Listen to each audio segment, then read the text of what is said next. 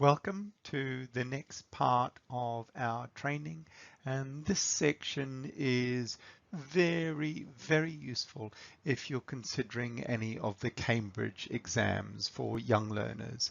So the one that we're going to start with is starters, and the approach we're going to take to that is we've got to recognize that as teachers there's a lot of things we need to achieve in our teaching. Obviously, we want our students to get better and better in terms of their language use, but we also want them to pass exams. So in this section, what we're going to do is look at the exam, look at the exam paper, and then ask ourselves, what can we do in order to make the child or the young learner successful with this part.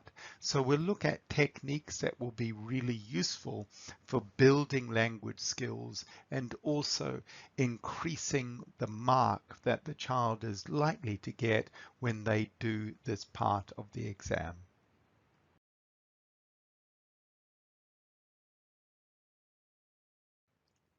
So we open the exam paper. We know what our students are going to do. They will need to get some marks in this part of the exam.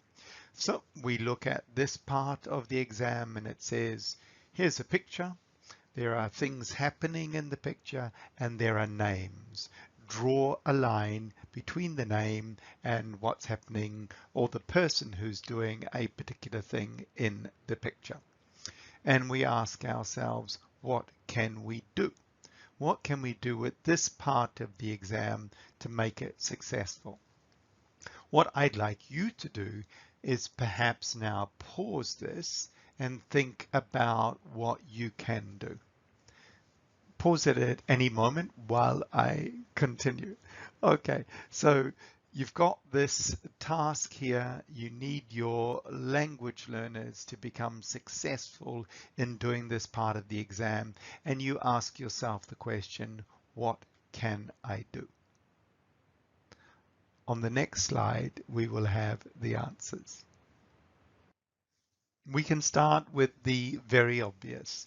The very obvious is that this is a listening test. Therefore, if we want our learners to do well, we should improve their listening skills so that when they come to this exam, they can process the language with relative ease. So the first thing that you're going to do as a teacher is you're going to play a little bit of the audio and say to your students, please repeat it. If they can repeat it, it means they have heard it. And we know already from our previous inputs that one of the big issues for folk with a new language is they don't hear the words. So number one, play a little bit, get the kids to repeat it. Next step is listen and count words. Once again, if they're counting words, it means they have heard them and you can confirm each word that they've heard. So a little variation on listen and repeat.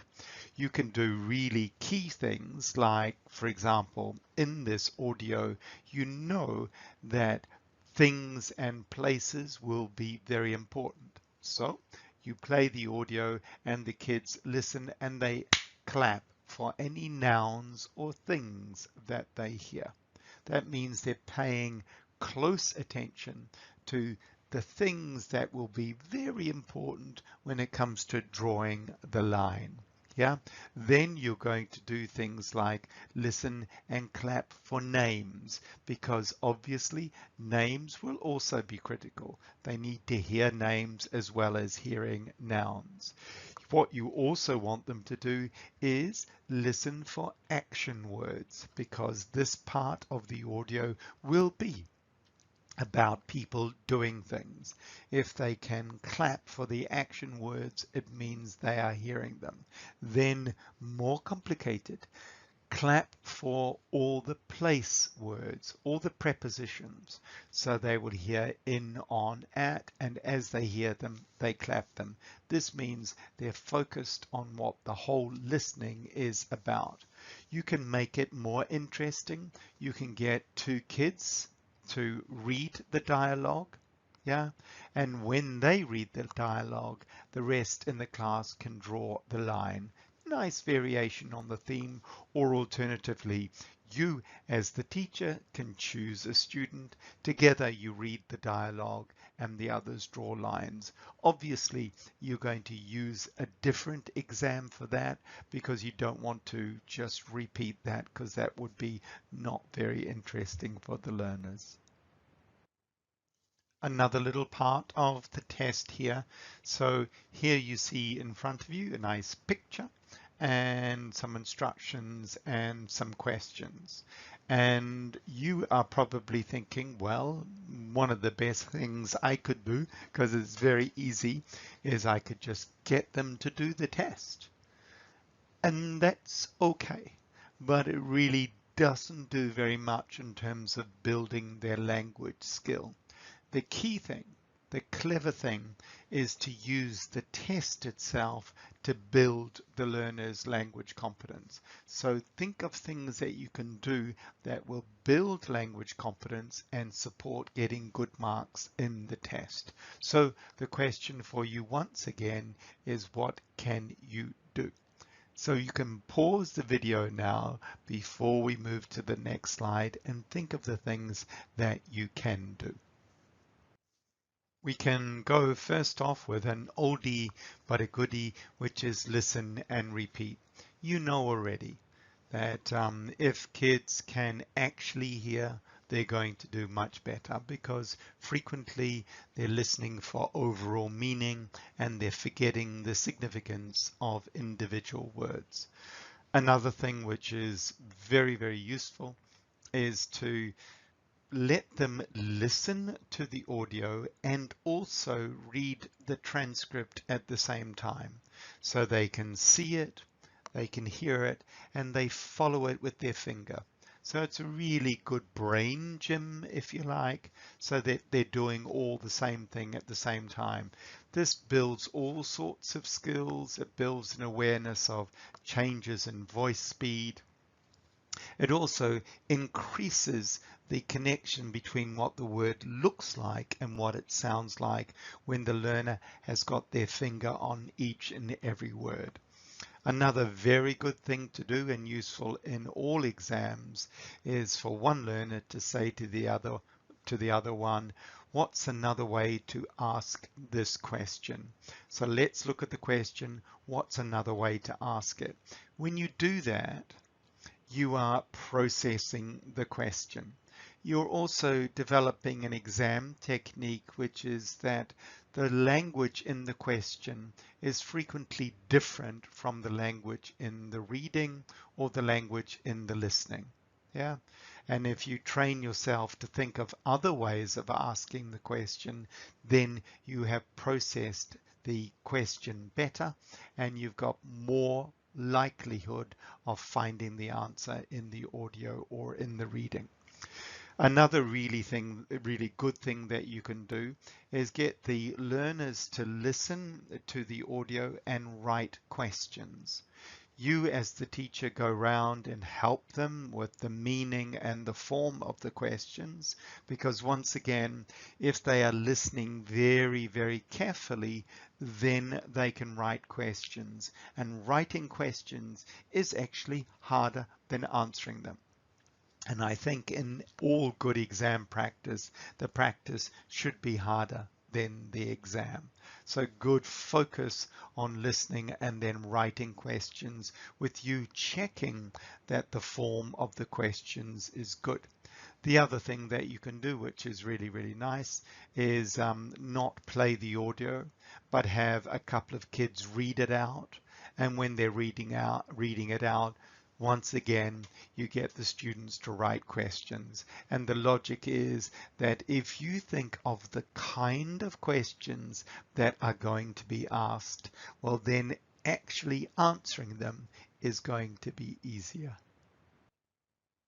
So in this section, what we're looking at is a series of pictures, and the learner will listen to the audio and then choose which picture is the best description of what's happening on the audio.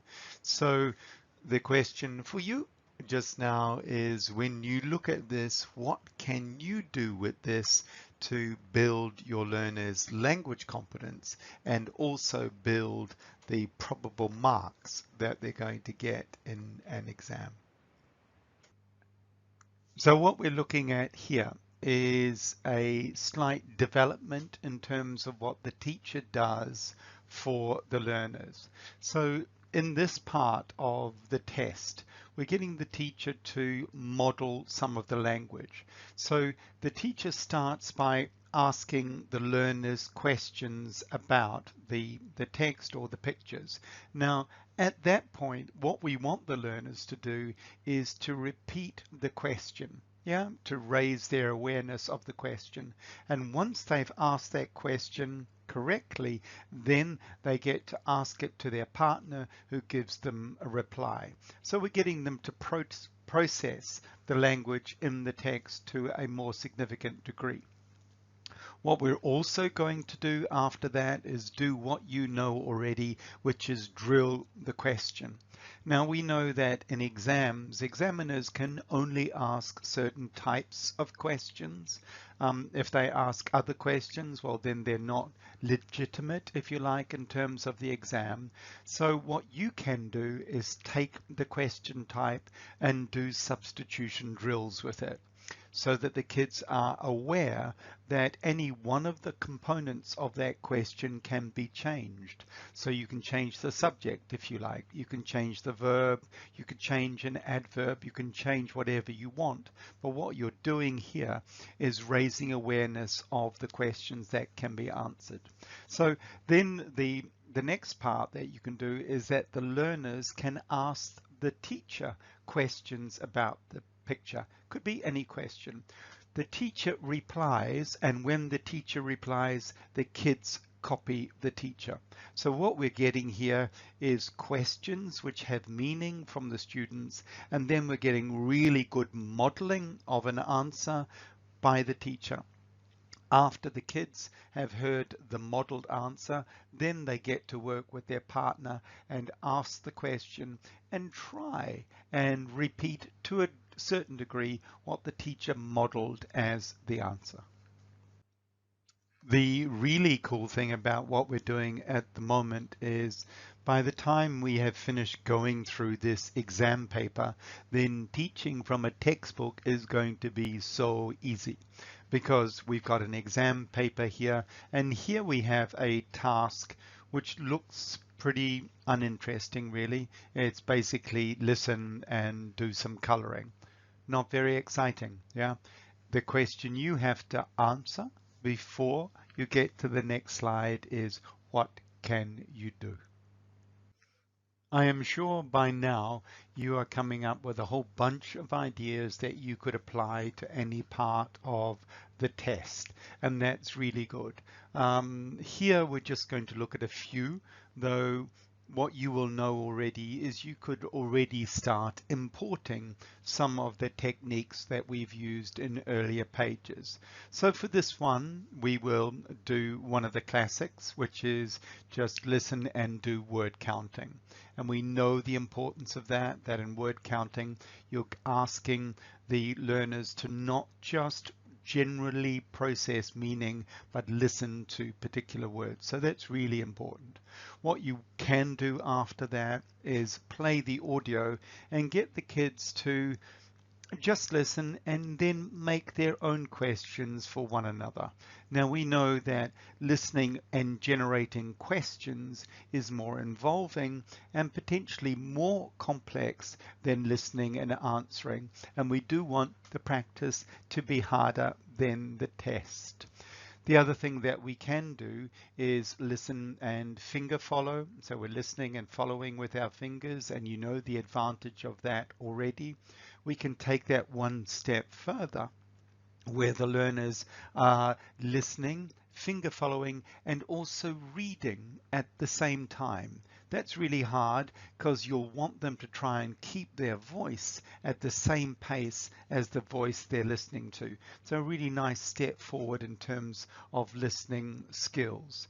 Then what you can do after that is, of course, go straight into the vocabulary question list in which you give them the transcript, and then they can ask and answer questions about the vocabulary in the transcript. So in this little section here, we've looked at how you can focus on detail in sound, so word counting, for example.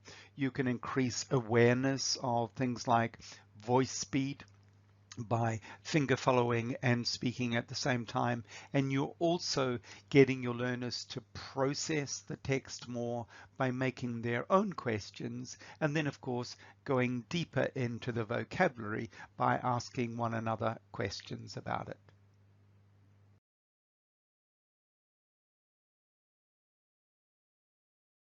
Okay, so you know what to do here. Pause the video and think about what you can do with this part of the exam, remembering that in this part you're looking at developing reading and writing skills. So you will have come up with some wonderful ideas, I am sure. And here are some more. So for our learners at this level, we want to keep engaging them in what we know already about phonic awareness, so that when they're doing reading and writing, they're thinking about the sound of the word and what it looks like and what the spelling is. And as you know already, doing things like developing syllable awareness goes a long way. So little things like clapping the number of syllables and then the partner tries to guess which word it is a really nice way of getting them to decode the sound.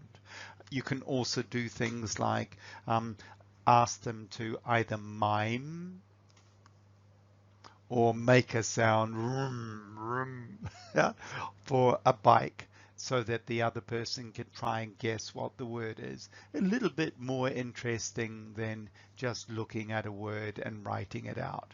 You can do really good spelling exercises, like how do you spell helicopter, for example. So one learner asks another, and then the learner replies, and then the learner goes to their partner, how do you spell it backwards? You already know that that's a very good technique for making sure that the word is processed and reprocessed, and also developing a good visual recall of what it sounds like. You can get learners to ask their partners to guess what the word is after they have phonically decoded it. So one learner can go bag, and then the other one goes bag, so that they're practicing that phonic decoding and having a good influence on their spelling. They can also say the word and then the partner can phonically decode it, and that's a really positive thing to do. You can also, because this part of the exam is looking at singles and plurals as well as all the vocabulary associated with this part of reading and writing.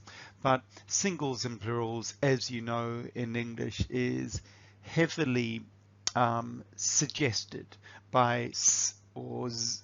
And if you can get your learners to build their awareness of that by doing sound discrimination exercises on s and z, then you're going to increase the probability that when they're reading and they're writing, they're paying closer attention to the s or z sound that's represented by s.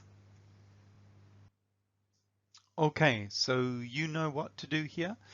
Pause the video and think about what you can do with this part of the exam, remembering that in this part you're looking at developing reading and writing skills. In the practice for this part of the test, we can get a lot of attention to pictures, and as you know, pictures are very important in this exam, and lots of attention to detail in the picture. So the teacher can begin with a substitution. So for example, the teacher could say there are 2 armchairs in the living room, and the kids can go yes or no, and that's fine. Then the teacher can say 1, and the kids go, there's 1 armchair in the living room, and yes or no. the teacher can continue with all sorts of substitutions, and then as in a normal drill, the kids respond. When the teacher's done that and there's been a lot of processing, then the kids can do the drilling with one another. One of them is the teacher, the other one is the learner. So the learner does the substitution and goes yes or no. So really, really good extensive practice there. The second thing that the teacher can do here is ask a question, which is what is happening here. Get one of the students, get one of the kids to repeat what is happening here, and then the teacher models the reply. The kids copy the teacher's model. Yeah, so the teacher can say very, very clearly what is happening. The teacher can phrase their reply according to the target language that we're looking for in this part of the test. So it's a really good opportunity for the teacher to model a whole lot of language for the kids to listen to that and to repeat it. Another option for this part of the test is for the kids to write many, many statements about the picture. Yeah, many statements in the form following the structure that is in the test. What you're doing here is getting a great deal of practice in the correct forms, and then of course when they've done that, they share their statements with one another, and each one of them can write yes or no on them. Okay, so you know what to do here. Pause the video and think about what you can do with this part of the exam, remembering that in this part you're looking at developing reading and writing skills. Okay, some nice interesting variations here for what is effectively a spelling test. So first thing we can do, and maybe obviously, is the kids can be given pictures for which they write words. Once they have written the words, they cut them up and give the jumble to their partners who reassemble them in the correct order. Of course, they check them with one another. So that's a nice simple thing to do. Second thing you can do is have quick display to build speed or automaticity in writing. You want writing to be automatic, you want spelling to be automatic, and the best way to do that is to create a little bit of speed pressure. So the teacher will display a picture for not very long, put it down, take up another picture, display it for not very long, put it down, and then the kids have to write, and obviously they check the spelling with one another at the end. Third thing that you can do in this part is ask all the spelling questions that we have identified previously, like for example, how many words are there in the, how many letters are there in this, what's the middle letter, or what are the middle letters, how many big letters are there, how do you spell it backwards, and so on. So really good ways to get a level of interest and additional processing for the spelling. The fourth thing that you can do in this part of the test and preparation for it is clapping, so that the kids will clap the syllables and they will ask one another how many syllables are there in this word. And as you know already, syllable identification is a key to improving spelling skills. Okay, so you know what to do here. Pause the video and think about what you can do with this part of the exam, remembering that in this part you're looking at developing reading and writing skills. The first thing we do for this part of the test is remove all the support. Remember, the practice should always be harder than the test. So remove the support, remove the visuals, remove any of the word prompts that are available.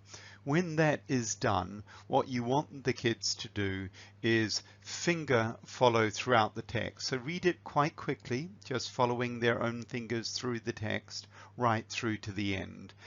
All we're trying to do at this point is get them to process the overall meaning of the text, get some information about the context, and then tell one another what they think it is about. So at this point, you need to be very clear that they are not trying to fill in the answers. What they're trying to do is get the really important information from all around the text before they start looking at the answers. Now, this is an excellent technique for any exam with a gap fill, because the usual mistake that learners make or exam takers make is that they make their decision based on the word before and the word after, and not the whole text or not the whole sentence. So really, really good thing to do. After they've done that reading, and after they have told one another what the text is about, then the teacher can ask the group in pairs to guess what they think the answers might be. Yeah. And so they guess with one another what they think the answers might be. But the important thing at this point is not the guess, but the question which the teacher asks, which is, how do you know that? Or why do you think that? And what the teacher is doing at that point is getting the learners to justify their choice based on the text. Justify their choice based on the meaning and on the words that are surrounding the item that's being tested. So really good thing to do, to be aware of, is that overall in tests, you need to encourage your learners to focus on the context before they start doing anything in a gap fill. Then we do the entirely obvious, which is we give the kids that page in the test. So exactly as it is in the test. And of course, they will experience that their thought processes have really helped them make their decisions. So they make their decisions. And of course, you can ask them, how do you know? But at this point, we're going to do something different. Rather than the teacher asking the kids, how do you know? The kids ask the teacher, how do you know? So the teacher's given the answer, the kids say, how do you know? And then the teacher explains. What the teacher is doing is modeling a thought process so that the learners can learn how the teacher was thinking when they chose their answer. So really, really good brain training, if you like, for the learners. Next thing, of course, is check the spelling. Get the kids to check with one another, ask the spelling questions, because the spelling is obviously important in a reading and writing part of the test. After you've done this, make sure that the kids have learned the strategy. Yeah, learn the strategy of checking the context, ignoring the prompts, reading quickly, asking themselves what it is about, and then doing the gap fill. It's important that you teach them that as a particular strategy, because frequently the learning of a strategy is good, but when it comes to an exam, then children tend to default to a previous behavior. So teach them the strategy, get them to memorize it so that when it comes to exam time, they use it and they do well. Okay, so you know what to do here.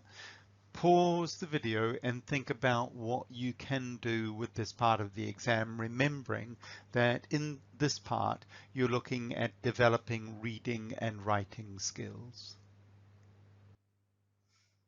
We know, I hope, that when we're looking for developments in fluency and accuracy, that the measures of fluency, which are things like response time, making sense, and the measures of accuracy are things, of course, like knowing the grammar, knowing the vocab, and so on. When we put those together, we know that substitution drilling is one of the best ways to achieve that. So we're going to do that again in this part of the exam, and this time the teacher will take any of the prompts in the test, or the WH questions like where, what, etc., etc., and the teacher will do drills of those using some examples from the test. the teacher will drill those, and then of course after the teacher has drilled those and the learners have done the substitutions, then they will do that with one another. Yeah, so the students, when they're doing that with one another, they're developing really, really good fluency and accuracy. Then the learners, after they have done all those substitutions, they will have a whole number of questions which they can ask the teacher.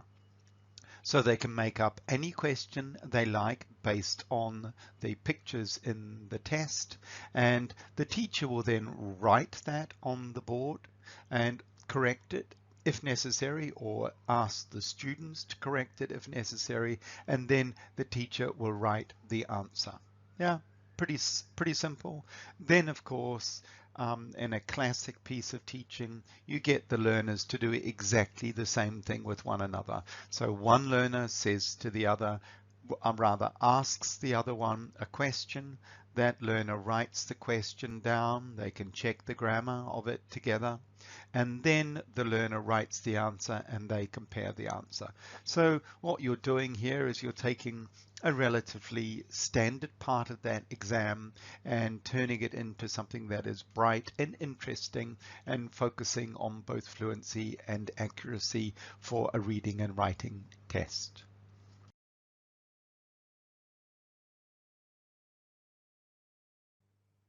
And here we are at the speaking part of the exam.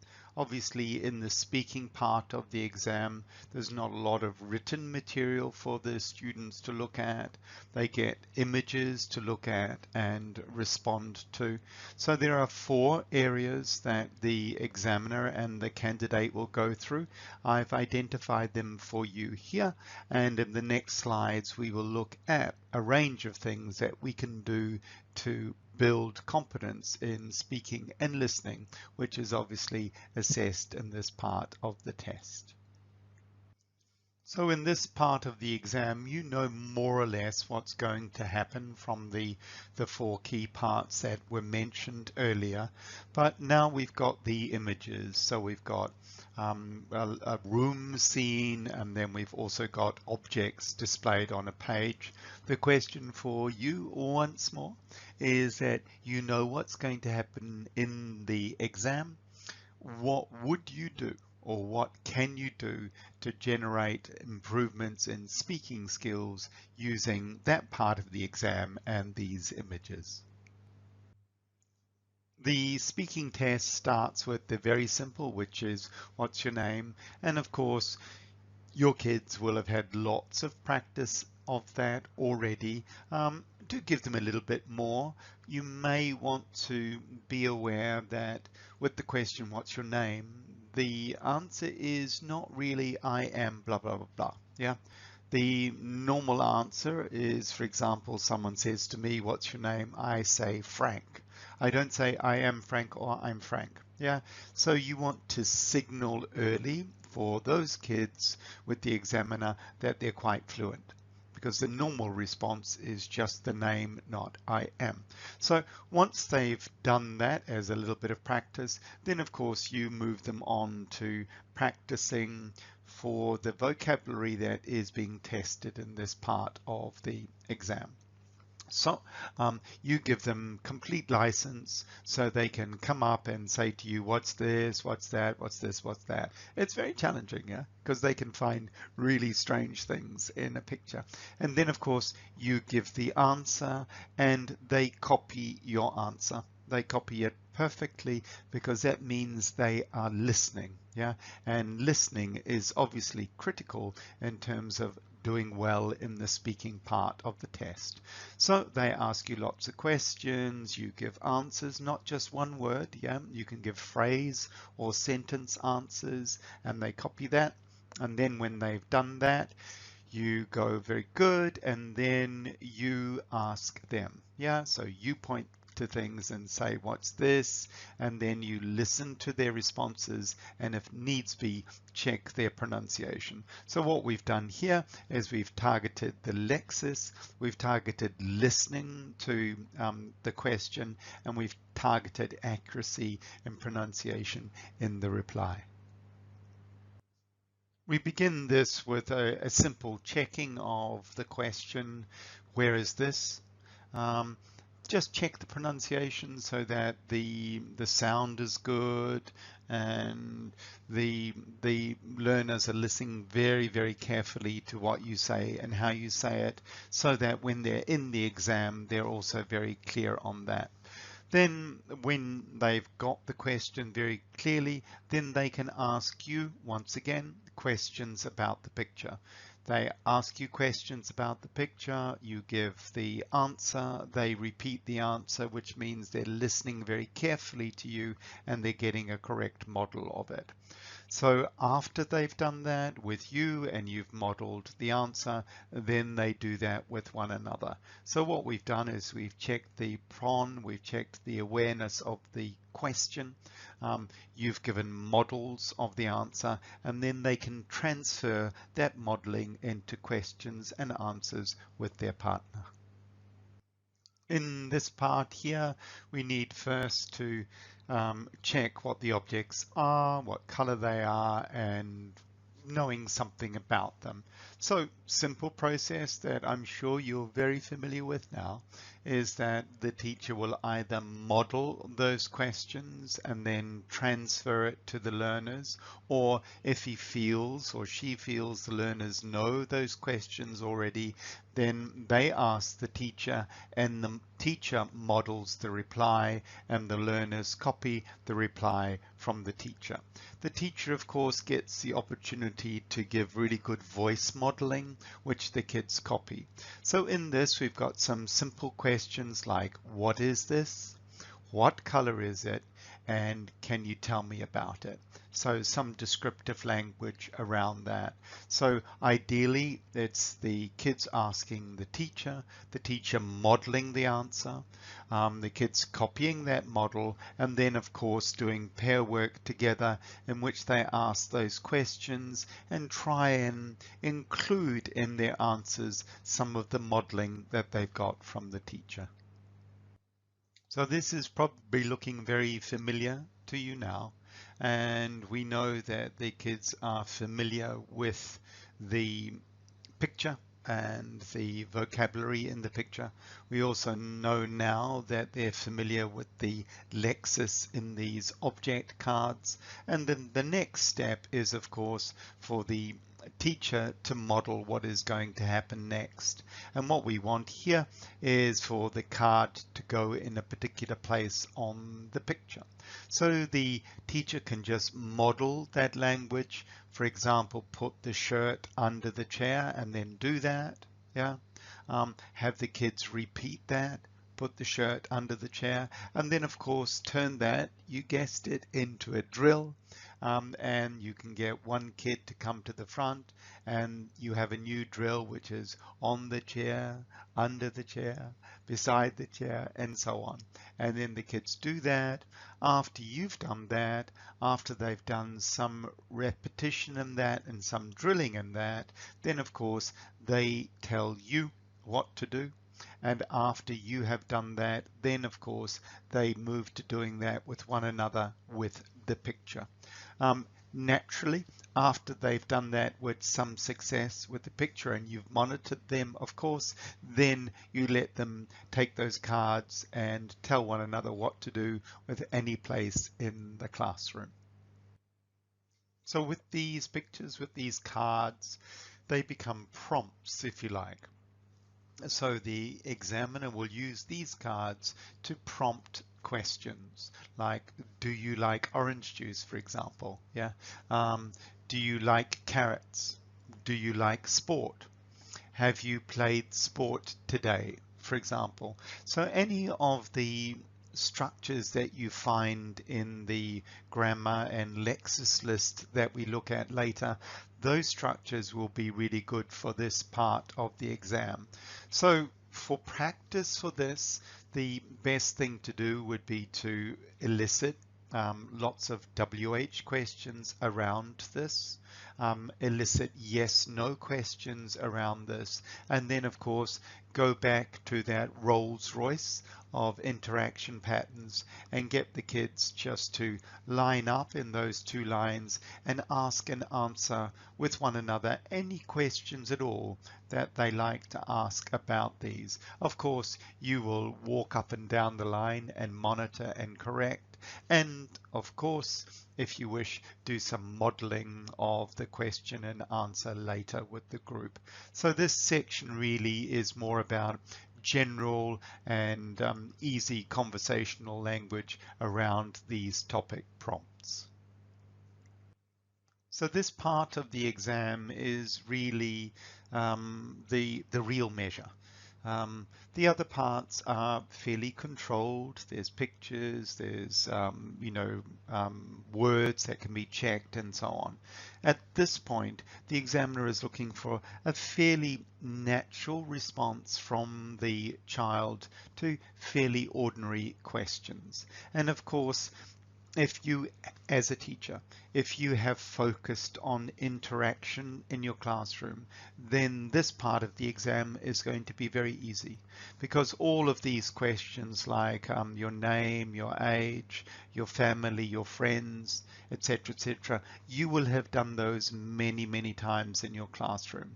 And that's what the examiner will be listening for at this point. Does the child use language in a way that sounds normal and natural? Do they have a long delay before they can answer, or are they demonstrating the effect of your very good teaching, which is through drilling, through substitutions, through lots of interaction, through lots of modeling? They're producing ordinary language in a very confident and very fluent way. So just another reminder that when we look at the grammar and structures and Lexis lists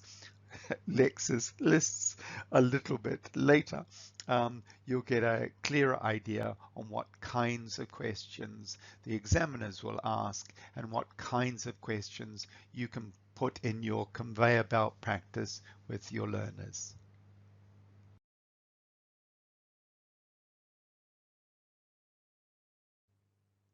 So now we have the grammar and structures list, and later we'll take a look at the Lexis. And for you as a teacher, it's a reference point.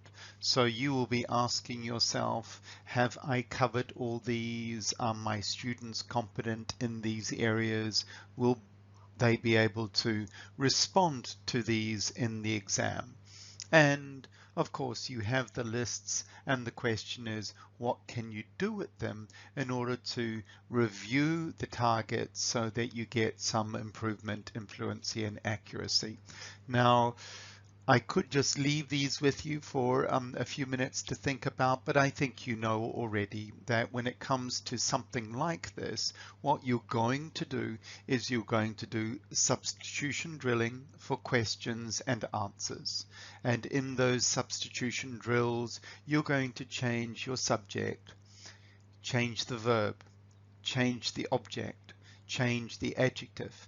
And when you do that, you get a really clever and precise checking of all the grammar. Now, if you're doing that in the questions and the answers, there's a lot of good accuracy there. And then, of course, what you do after that, you transfer that into your conveyor belt. So this could be very, very good final preparation before the exam date, so that all the learners are checking with one another the form, the structures, and the grammar that's going to be tested in the exam.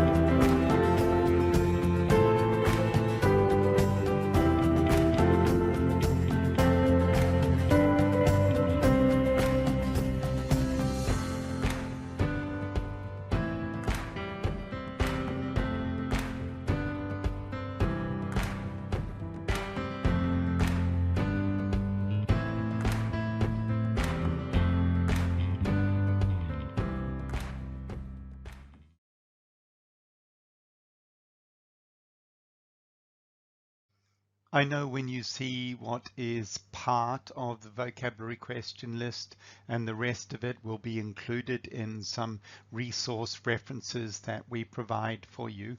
But when you see this, you will smile because you know what you can do with it right away. You've got your VQL, or your vocabulary question list for A1 learners. You will give them their vocabulary question lists. Of course, you will have shown them how to use them. And then at the beginning or end of a class, or both, you will be saying to your learners, please take out your VQLs and work with your partners to ask and answer questions on this list. Now, of course, this is not how you're teaching your vocabulary. This is how you're reviewing it. This is how you're making your learners remember it so that they can use it actively. So that's it for now. As I mentioned, there's more resources that we're going to provide for you later. But I hope that when you're teaching for this exam, you can use your own material, but you can also use the material that we've provided here, so that each part of that exam is something that you're very, very well prepared for, and so your students can be very successful. Okay, see you next time.